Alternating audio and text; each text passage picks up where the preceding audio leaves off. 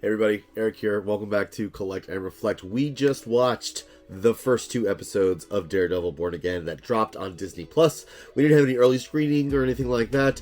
We just watched it the same time that it dropped for everybody else, and I just want to dive right into this. The headline here, the big takeaway is Daredevil is back.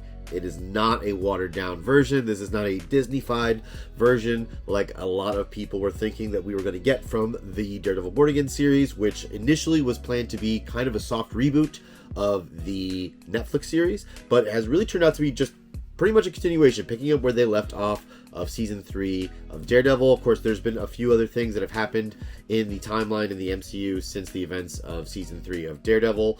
And, looking back, Daredevil originally aired on Netflix back in 2015, so we're looking at a decade of time that has passed since Daredevil aired on Netflix, and now Daredevil Born Again airing on Disney Plus in 2015. So we got 2 episodes. The first one is about an hour long. The second one is about 40 minutes. Very glad that we are not getting these short episodes like a lot of the other Marvel Disney Plus series have been. The past few shows that have come out, like Secret Wars, Echo, to name a few others, even some Moon Knight episodes, were just too short in my opinion. We are getting full-fledged episodes here. Now I'm hoping we don't see that trend that Disney Plus has kind of been on, where first couple episodes are longer, 60 to 40 minute episodes, and the next thing you know, we're getting like 23-minute episodes, 30-minute episodes, and then very lackluster, like 30-minute finales that I can't believe you would, just only dedicate 30 minutes to your finale. But so far, so good. I don't want to look to the future and start complaining about things that haven't happened yet. I want to talk about the 2 episodes that we just saw. I really loved it. I would say right away, my one major complaint is that there are a few fight scenes where little pieces of the fight, not the full fight choreography, but just little pieces, maybe some transitions here or there. You can tell it's the Marvel movie production studios, little sprinkles of CGI on there, trying to do a little bit more of comic book Daredevil type stunts, flip around, almost swinging around like Spider-Man a few times, just very briefly, but it is dark enough. And like I said, these are used in transition to the close-up gritty action scenes that we know from the Netflix series. You can definitely tell already, just from the first couple episodes, the way that this show went down. We all know that basically what happened is the first production run of this show was going to be somewhere around 18 episodes. They were going to be a little bit shorter, and this was completely moving away from the team that had originally worked on the Netflix Daredevil series. And basically one day Kevin Feige came in, he looked at some of the dailies. John Bernthal was a maybe on whether or not he was even going to do the show, and basically they canned what they had so far. They did tons of reshoots. They brought back a whole bunch of people from the Marvel Netflix team and got them on board and did this the right way, supposedly. And I have to say, from the first 2 couple of episodes, I do think that is what they did. I don't think that they completely scrapped everything they had, at least, from what I could see. There was still, I could see some holdover from things that they had, probably spent a lot of money on CGI-wise from the past, but they did not do without getting back the flair, the grit of the original series. So I had a really fun time with that. Episode 1. This is going to be a spoiler-free review here, but the only thing I can say is that Episode 1 starts off with a bang, literally and figuratively. Okay, there are definitely some moments that are going to shock you here.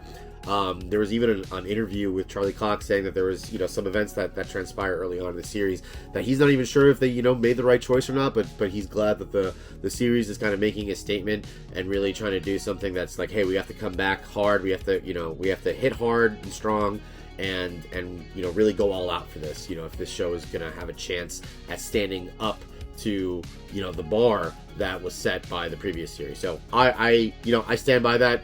When you guys take a look at the 2 episodes that came out, all your opinions, let us know what you think. I think it's okay what they did. So yeah, I'm okay with what they did, and the episode is still really enjoyable. It really kind of sets the tone for why this is Daredevil Born Again. Really kind of sets the mood for why why bring this back? Why is this a new imagining of Daredevil? What's happening here? Everybody's performances still as good as they used to be. There was a little bit of some oddities. I mean, not oddities, but Vincent D'Onofrio, in his portrayal of Wilson Fisk towards the last couple episodes of the Hawkeye show and throughout the Echo series, maybe not as menacing, as he had once been. It seems like there's maybe some different direction choice, going on there. There was even talks that, is this really the same Wilson Fisk? But we've put all that aside now. This is definitely the same Wilson Fisk from the Netflix series, and Vincent is back in pure form. Absolutely fantastic performance. There's conversations between Charlie Cox, Matt Murdock, and Wilson Fisk, Vincent D'Onofrio, that are, just give you goosebumps. And they're just, if you've seen the trailers, they're just sitting in a diner talking, but there is just so much that is that's being said without saying it. And just really enjoyed the performances from those two.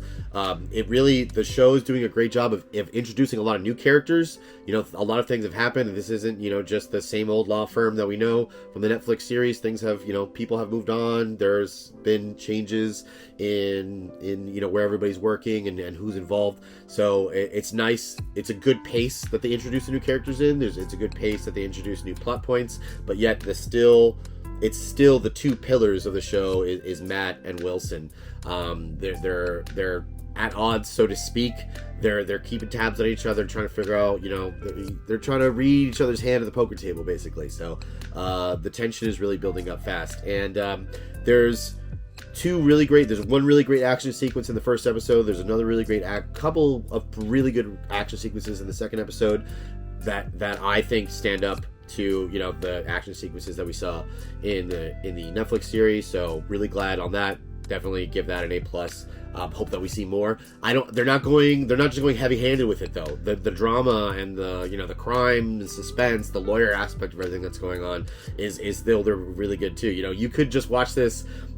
I don't want to say you could just watch this as, this is just a lawyer show, but if you're into, like Law and Order type shows, if you're into those, kind of crime dramas, there's something there for you too, outside of the superhero, crime elements that we all have come to know and love from Daredevil. So it's all there. I'm enjoying it immensely. I really hope that we get to see more than one season of this. I believe they're planning on 9 episodes for season 1. I definitely hope that we get more. It's kind of been the trend with Disney Plus Marvel shows where they get one season and they don't really confirm whether or not there's going to be a season 2, and then next thing you know, we have a shareholders meeting and it turns out that so-and-so is going to return in a movie, but maybe not another actual season of the show. So I hope they just keep up with this. I hope that like the Netflix show, we get a couple of seasons of this. We already know that John Bernthal, who plays the Punisher in this series and in the Netflix series, is getting his own spin-off Marvel Presents kind of special featurette that he is co-writing. So that's going to be really interesting to see. Hopefully that drops somewhat soon after season 1 of this wraps up. I don't know how soon that's going to be, because I think they're just in the early stages of either writing or kind of producing that. So I would imagine we're going to see that featurette before we see a season 2 of Daredevil Born Again. But looking forward to all of that. As far as the big villain, we've seen some teasers of who the villain that they're going to be facing off against this season. Little teases of that here and there in episode 1 and 2. No major reveal yet, but definitely some food for thought there. Like I said, I really just want this to be spoiler free, so that anybody watching this, can go in without any spoilers. But I just wanted to put this out there because I am an absolute diehard fan of the original Daredevil series on Netflix. Pretty much the entire Marvel Netflix saga that happened on Netflix, I really liked. There's definitely some weak points. Iron Fist wasn't, the best thing in the world. Defenders kind of had some ups and downs, but loved Jessica Jones, loved Luke Cage, loved the Punisher series, loved Daredevil, and I think that they just did a really great job there. And hopefully they're learning that, hey, the Netflix TV people for Marvel, they knew it's just kind of follow their lead there and give them a chance to shine again. So I definitely recommend you watch it. It's on Disney Plus now, the first 2 episodes. Like I said, with episode 1 and 2 put together, you've basically got a small movie. You've definitely got a solid hour and a half without any credits or anything of solid time. So I enjoyed it immensely. I'm glad that they're just doing this week over week release rather than dropping it all at once, so that we can build suspense here and have something to talk about and look forward to next week. So yeah, I'm really excited for this. I hope you all are too. And if there's any questions or anything like that, any comments, if you guys go take a look at it, if you feel differently, if you agree with us, definitely let us know. But yeah, Daredevil Born Again, A+ in my book.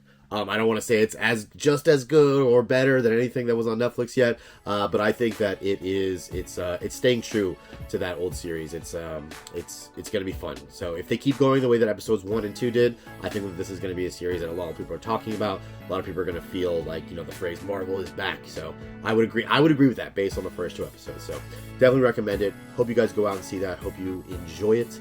And yeah, that'll do it for Eric here from Collect and Reflect, and we'll see you in the next one.